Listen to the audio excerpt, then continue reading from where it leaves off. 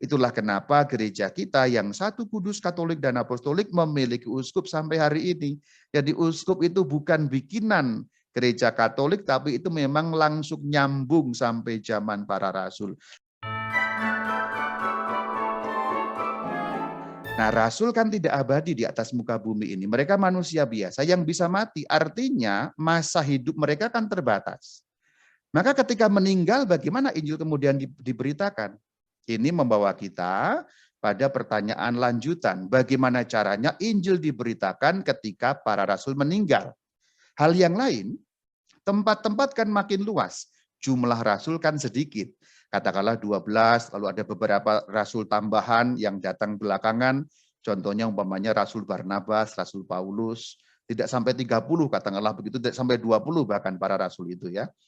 Nah, ketika mereka berpindah ke tempat-tempat lain, kan berarti satu jemaat atau gereja di satu tempat kan ditinggalkan. Maka bagaimana pula caranya ketika para rasul berpindah tempat? Lalu Injil diwartakan bagaimana dengan dua keadaan ini? Yuk kita jawab sekarang. Itu terjawab di dalam KGK 77. Supaya Injil senantiasa terpelihara secara utuh dan hidup di dalam gereja, para rasul meninggalkan uskup-uskup sebagai pengganti-pengganti mereka yang mereka serahi kedudukan mereka untuk mengajar. Referensinya ada di surat Titus pada pasal pertama ayat ke-5. Tapi sebelumnya perhatikan yang cetak warna putih. Para rasul meninggalkan uskup-uskup. Meninggalkan maksudnya di situ memberikan. Itu seperti kata meninggalkan itu di situ seperti dalam arti meninggalkan warisan. Ya, kakekku meninggalkan warisan. Jadi memberikan itu maksudnya. Meninggalkan untuk generasi selanjutnya. Dalam arti itu makna kalimat itu. Nah, uskup-uskup itu diberi kedudukan setara rasul. Perhatikan, mereka yang dimaksud uskup-uskup diserahi kedudukan mereka yang kedua rasul untuk mengajar. Berarti para uskup diberi kedudukan setara rasul untuk mengajar. Nah, ini kalimat yang penting sekali. Maka sering disebut di dalam kasanah gereja Katolik para uskup itu penerusnya para rasul atau pengganti para rasul. Bahkan boleh dikatakan para uskup punya kedudukan yang sama dengan para rasul untuk mengajar karena mereka telah diserahi martabat itu untuk mengajar umat. Perhatikan dalam surat Titus, kita kutip sekarang ya. Titus 1 ayat 5. Aku telah meninggalkan engkau. Perhatikan, akunya itu Rasul Paulus. Karena penulis surat ini Rasul Paulus. Engkaunya Titus. Siapa itu Titus? Kita langsung jawab singkat, itu seorang uskup. Nanti akan kelihatan di bagian-bagian bawah. Aku, Paulus, telah meninggalkan engkau, uskup Titus, di Kreta, pulau Kreta, dengan maksud ini. Maksudnya, kita lihat selanjutnya. Apa maksudnya? Supaya engkau, uskup Titus, mengatur apa yang masih perlu diatur, supaya engkau menetapkan penatua-penatua di setiap kota, seperti yang telah kupesankan kepadamu.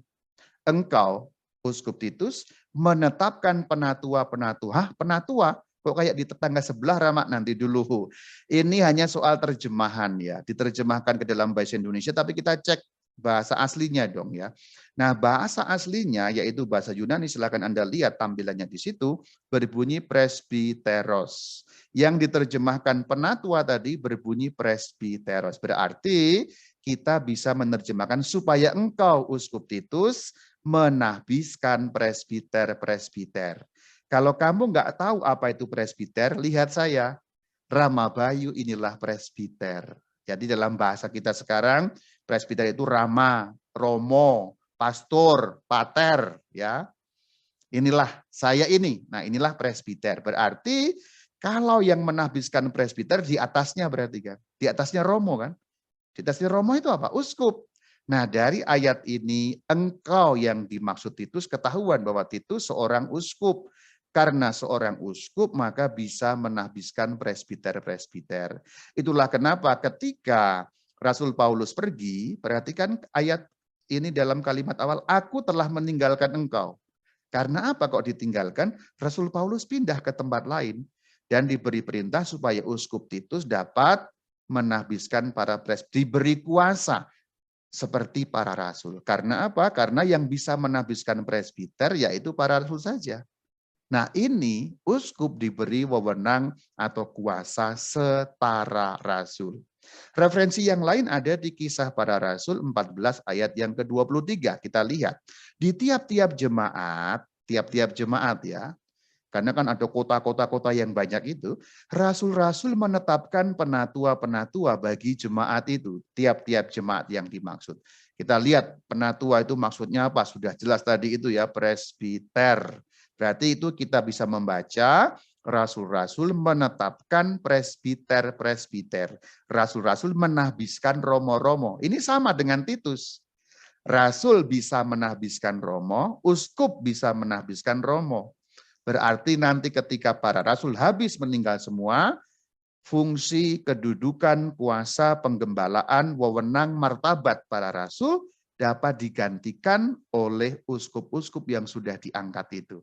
Itulah kenapa gereja kita yang satu kudus, katolik, dan apostolik memiliki uskup sampai hari ini. Jadi uskup itu bukan bikinan gereja Katolik, tapi itu memang langsung nyambung sampai zaman para rasul. Berarti jabatan uskup, jabatan presbiter, itu merupakan juga bagian dari apa yang diajarkan oleh para rasul. Jadi orang seperti saya begini, sudah ada belum zaman para rasul? Sudah ada, ini buktinya. Titus 1 ayat 5. Memang dalam terjemahan bahasa Indonesia sayangnya tidak kelihatan. Karena kalau dalam bahasa Indonesia kamu akan membaca penatua-penatua, tapi ya sudah. Tapi yang penting kan pelajaran seperti ini akan membuat kamu mengerti. Itu yang dimaksud presbiter, seperti Rama Bayu seperti ini. Jadi itulah yang nyambung sampai kepada zaman para rasul. Referensi yang lain sudah kita lihat, Kisah Rasul 14 ayat yang ke-23. Dengan demikian saudara-saudari, kamu sudah bisa melihat bagaimana ajaran diteruskan ya. Dari Tuhan Yesus kepada para rasul, dari para rasul nyambung kepada para uskup. Uskup kemudian kepada siapa? Ya uskup lain lagi yang diangkat menggantikan. Uskup yang diangkat menggantikan kepada siapa? Yang menggantikan lagi, dan lagi, nyambung dari zaman ke zaman, sinambung dari masa ke masa. Sinambung itu continue, kalau kamu nggak tahu bahasa sinambung dalam bahasa Indonesia. Kalau continue bahasa Inggris kamu malah tahu biasanya. Inilah yang disebut penerusan ajaran. Ajaran dari baginda Tuhan junjungan kita Yesus Kristus diajarkan kepada para rasul. Dari para rasul kepada para uskup. Para uskup kepada uskup yang melanjutkan, demikian terus zaman ke zaman sampai hari ini. Itu yang dimaksud penerusan ajaran yang kontinu dari zaman ke zaman. Berarti ini ada mata rantai ajaran. Tuhan Yesus nyambung ke para rasul nyambung kepada para uskup kepada uskup berikutnya, terus ada mata rantainya gitu. Itu referensinya ada di KGK 78. Kita lihat, penerusan yang hidup ini yang berlangsung dengan bantuan Roh Kudus dinamakan tradisi. Nah, perhatikan. Jadi tradisi itu penerusan ajaran ini. Yang awalnya dari baginda Yesus diberikan kepada para rasul. Dari para rasul diberikan kepada para uskup dan seterusnya. Maka dikatakan penerusan yang hidup. Kenapa kok hidup? Ya nyambung terus. Kalau mati kan berhenti. Hidup berarti kan nyambung terus. Itu yang dimaksud penerusan yang hidup. Maka dari para uskup yang dulunya diangkat oleh para rasul, yang masih bertemu langsung, contohnya uskup Titus, uskup Timotius, kemudian ada penerusnya sampai hari ini, itu nyambung artinya hidup, maka dikatakan yang hidup. Dan yang dikatakan juga dengan bantuan Roh Kudus. Jadi mereka meneruskan ajaran ini bukan semata-mata karena kepandaian manusia saja. Memang manusia juga berfungsi, yaitu dalam usaha manusia. Tetapi Tuhan katakan juga dengan bantuan Roh Kudus. Roh hikmat, roh kuasa hikmat, Roh Kudus memberi kekuatan dan bantuan untuk meneruskan ajaran itu sampai akhir masa. Itulah yang disebut tradisi. Dari KGK 78 kita tahu kalau kata tradisi itu bukan soal adat istiadat, bukan soal kebiasaan dan lain sebagainya, tetapi penerusan ajaran yang hidup. Dengan melacak pada sejarah yang seperti ini, kamu menjadi lebih tahu apa yang dimaksud sebagai tradisi. Simpelnya kamu lihat ini saja deh. Kalau ditanya apa itu tradisi, bayangkan gambar ini. Gambar ini kamu lihat, kamu serap, kamu ingat-ingat. Jadi kalau apa itu tradisi ini? Tradisi adalah penerusan ajaran yang sinambung atau kontinu dari zaman ke zaman, mulai dari Tuhan Yesus kepada para rasul, kepada para uskup, dan kepada uskup-uskup seterusnya yang menggantikan para uskup sebelumnya. Itulah tradisi. Gambar ini akan berfungsi sebagai pengingat. Lihat, tatap gambar ini, biarkan masuk ke dalam kesadaranmu. Tatap gambar ini. Supaya tidak lagi muncul Rama itu rosario tradisi apa bukan? Nah, nanti dulu itu kamu malah ngomongin yang kecil-kecil, intinya dulu ditangkap sehingga nggak ngomongin yang kecil-kecil itu ya. Ini dulu.